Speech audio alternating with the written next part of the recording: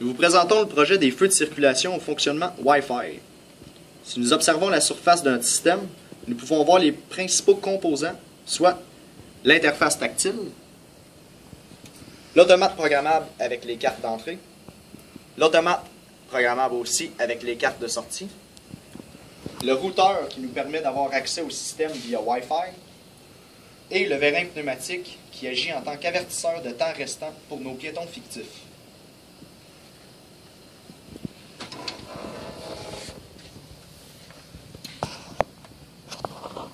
Plus en profondeur, l'automate d'entrée qui se compose de cartes d'entrée, soit en ordre de gauche à droite, le CPU, un DL240, pour entrer le programme, un D208ND3 qui active le bouton poussoir pour piéton, un H2ICOM100 qui est une carte réseau qui permet la communication entre nos deux automates, la D216NA qui nous montre l'entrée et la sortie du vérin pneumatique, et aussi deux cartes D2 fils qui couvrent les emplacements non utilisés dans l'automate. Pour ce qui est de l'automate des sorties, il se compose aussi d'un CPU DL240 pour y insérer le programme des sorties, une carte supplémentaire en cas d'ajout au programme, la D208TD1, aussi une H2ICOM100 pour communiquer avec l'automate d'entrée, la D208TR qui envoie notre signal 24 volts DC au relais d'activation des lumières, soit le SSR,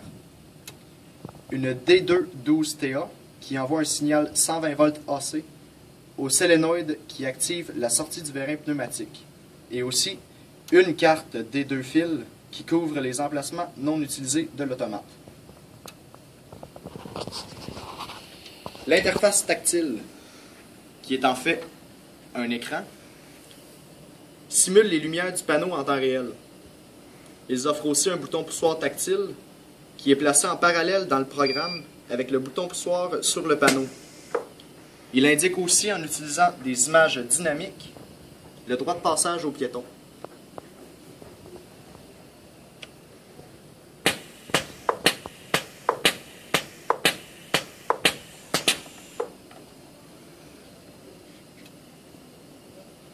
Seulement lorsque les lumières sont activées au rouge, le piéton aura le droit au passage.